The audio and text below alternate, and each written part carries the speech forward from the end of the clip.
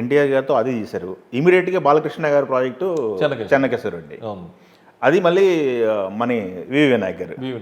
ఆ కాంబినేషన్ ఎలా కుదిరింది సార్? చెన్నకేశ్వరరెడ్డి అంటే అది రిలీజ్ ముందు ప్రాజెక్ట్ సెట్ అయిందా, అది రిలీజ్ తర్వాతే బాలయ్య గారు సముద్ర డైరెక్షన్ అనుకున్నాం. ఓకే, ఆ కథ సెట్ అవట్లా. నేను ఒకళ్ళు పంపిస్తానండి కథ వినండి అన్న. ఆది రైటర్ అని కూడా తెలియదు. ఓకే, కథ చెప్పేసాడు, వినయ్ అయిపోయింది సినిమా. ఇతనేనండి ఆదిరా. మరి ఆ ముందు చెప్పాలి కదా, నువ్వు చెప్పకుండా కథ తిప్పించేసావు ఏంటన్నా. లేదండి మళ్ళీ ఏంటి అదే సినిమా ఎక్కడ ఉంది అన్నాడు. ప్రసాద్ ల్యాబ్లో షో అన్నాడు. చూశాడు, చూసి అక్కడ నుంచే నెంబర్ కలుపు అన్నాడు. ఎన్టీఆర్ అల్లరాముడు షూటింగ్లో ఉన్నాడు, అడవి రాముడు చంటి అడ్డాలది పాలకుల్లో షూటింగ్లో ఉన్నాడు. కలుపని మాట్లాడాడు. బాగా చేసావురా, బ్రహ్మాండంగా ఉంది, టాప్, కంగ్రాట్స్ అని చెప్పాడు. Great person. అందుకే బాలకృష్ణ గారు అప్పటి నుంచి ఇప్పటివరకు ఎప్పటికైనా ఎవర్ గ్రీన్ నెంబర్ 1 హీరో. నేను చేసిన హీరోల గురించి చెప్తున్నా, మిగతా హీరోల గురించి చెప్పట్లా. నేను చేసిన హీరోలో నెంబర్ 1 హీరో అంటే ఆయనే, బాలకృష్ణ గారు. టాప్, ఏ కల్మషం ఉండదు, కూల్. ఓకే, అంటే హార్ట్ దగ్గర హార్టే, కూల్ దగ్గర కూలే. ఓకే, మనం బాగున్నంతసేపు ఆయన మన జోలికి రాడు, మనం బాగాలేదు మనం. దానికి కూడా విపరీతంగా ఖర్చు పెట్టారు కదా, అన్ని రోడ్ల మీద ఉంటుంది సినిమా మొత్తం. రోడ్లు కాదు, అది పెద్ద మెయిన్ రోడ్స్, పైన 4 హెలికాప్టర్లతోటి చూస్తుంటే 5 హెలికాప్టర్ షూట్ చేస్తుండేది. 4 హెలికాప్టర్ని చేసింగ్ సీన్ 4 హెలికాప్టర్లు కింద తిరుగుతుండేవి. దాని పైన ఒక హెలికాప్టర్ ఇటన్నిటి షూట్ చేస్తుండేది. కర్నూలులో ల్యాండింగ్. అందరూ యూనిట్లో ప్రతి ఒక్కళ్ళు ఆఫీస్ బాయ్ దగ్గర నుంచి అందరు లొకేషన్కి హెలికాప్టర్లే. 8 మంది పట్టేవాళ్ళు. ఓకే, 8 మంది లొకేషన్కి అక్కడ నుంచి 70 కిలోమీటర్లు 100 కిలోమీటర్ల లోపల చేసేవాళ్ళం. డైలీ ఎక్కేవాడు. Daily up and down journey. ఈ రోజు ఒకళ్ళు ఎక్కితే రేపు ఒకళ్ళు అట్లా యూనిట్ రోజు. ఎన్ని రోజులు రెంట్ తీసుకున్నారు వాటిని? 6 రోజులు 7 రోజులు.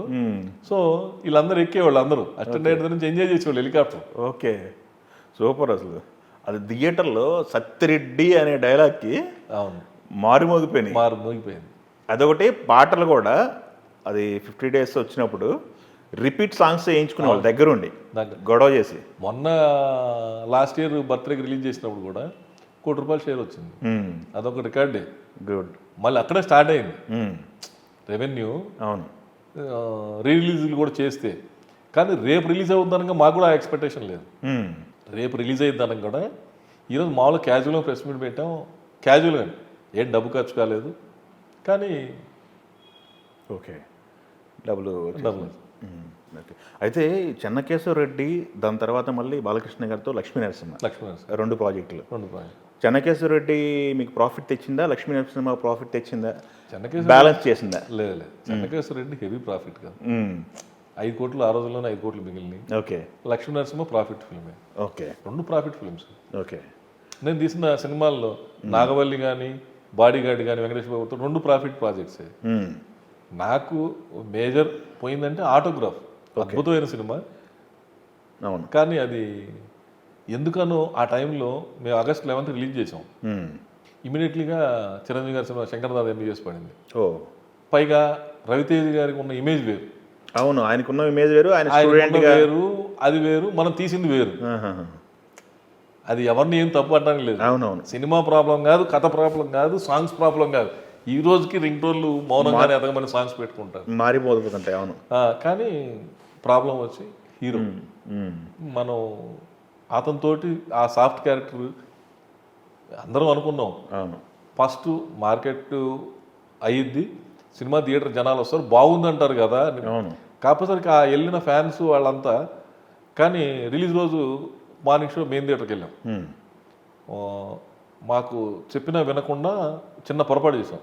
ఎస్ గోపాల్ రెడ్డి గారు మేము ఎంతో ఎక్స్పీరియన్స్ ఉండి ఎంతో అనుభవం ఉన్న పర్చూర్ బ్రదర్స్ మాట మేము వినలేదు. ఆ సినిమాకి వాళ్ళే డైలాగ్స్ రాశారు. వాళ్ళు ఏం చెప్పారంటే, సినిమాలో మలయాళం డైలాగులు ఎక్కువ ఉంటాయి, వాటిని మనం తెలుగులో చెప్పించేద్దాం డబ్బింగ్లో. ఇది మనం ఒక కార్డు వేసుకుందాం, మనకు అర్థం కావటం కోసం ఆ భాషను తెలుగులో వాడాము అని వెనక బ్యాక్గ్రౌండ్. ఆమె మలయాళంలో మాట్లాడుతుంది, తెలుగు డైరెక్టర్ అది పెప్పిపోద్ది, అది అట్లా చేయడానికి లేదన్నాడు. రిలీజ్ రోజు థియేటర్కి వెళ్ళాం మార్నింగ్ షో. జనాలు సినిమా చూస్తున్నారు, ఒక డైలాగ్ ఉంటుంది, ఆ అమ్మాయి మలయాళంలో వాడికి చెప్పుద్ది. హీరో క్యారెక్టర్కి చెప్తే హీరో పక్కన సునీల్ పెడతాడు. ఆ అమ్మాయి ఏం చెప్పిందో నాకు అర్థం కాలేదు, ఐ లవ్ యూ చెప్పిందా, ప్రేమించలేదని చెప్పిందా, చెప్పుకొని కొడతాను ఏందని నాకు అర్థం కాలేదని థియేటర్ల నుంచి మాకు అర్థం కావట్లేదని కాల్ చేశాను.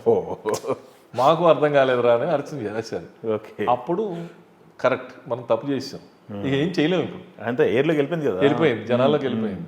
ఎప్పుడైతే బ్రదర్స్ మాట వినలేదు, ఓకే వాళ్ళు కూర్చోబెట్టి చెప్పారు ఇది కరెక్ట్ అయ్యే సినిమా, మంచి సినిమా, మనం అన్ని సినిమాలకి వేస్తున్నాం అట్లా, హీరో ఎక్కడ పంజాబ్లో ఉన్నాడంటే అక్కడ పంజాబ్ మాట్లాడితే మనకేం అర్థమైంది, మేము చాలా సినిమాలకి చేసాం, ఈ సినిమా కూడా చేద్దాం, ఏం కాదంటే మొండిగా వినలేదు గోపాల్ రెడ్డి గారు. ఓకే, వినకపోవడం వల్ల జరిగిన డ్యామేజ్.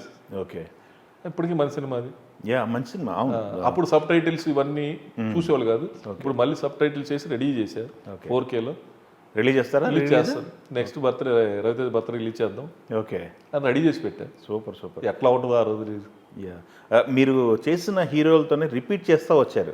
అవును, హీరోలతో రిలేషన్ ఎలా ఉంటుంది మీకు, ఎలా మెయింటైన్ చేస్తారు? రవితేజ గారితో 2 సినిమాలు ఇప్పుడు, మరి ఆటోగ్రాఫ్ ప్లస్ శంభో సినిమా. ఏం రిలేషన్ ఏముంది, మనం మా మంచి సినిమా తీస్తున్నప్పుడు రిలేషన్ అలాగే ఉంటుంది. మొన్న కూడా రీసెంట్లీ కూడా రవితేజని కలిశాను, ఆ సినిమా చేద్దాం అన్నాను, చేద్దాం అన్నాడు.